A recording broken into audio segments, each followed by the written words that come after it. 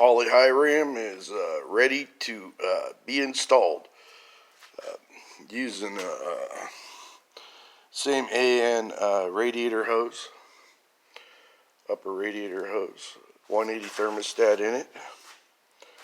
It's all the injectors and wiring harness off the Pro Flo 4. Going on a Holley Hi-Ram. All the wiring's in, ready to stick her on. Did do the rear water jacket bypass.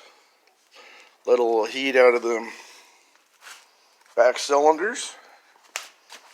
And the same aeromotive fuel pressure regulator in the same spot. This is for the heater. It's a heater hose. Still have to build the cable mount for the cruise control and throttle. I think I have that figured out. I have a couple of cables here off of a late model stuff that are longer than the cables on the 93.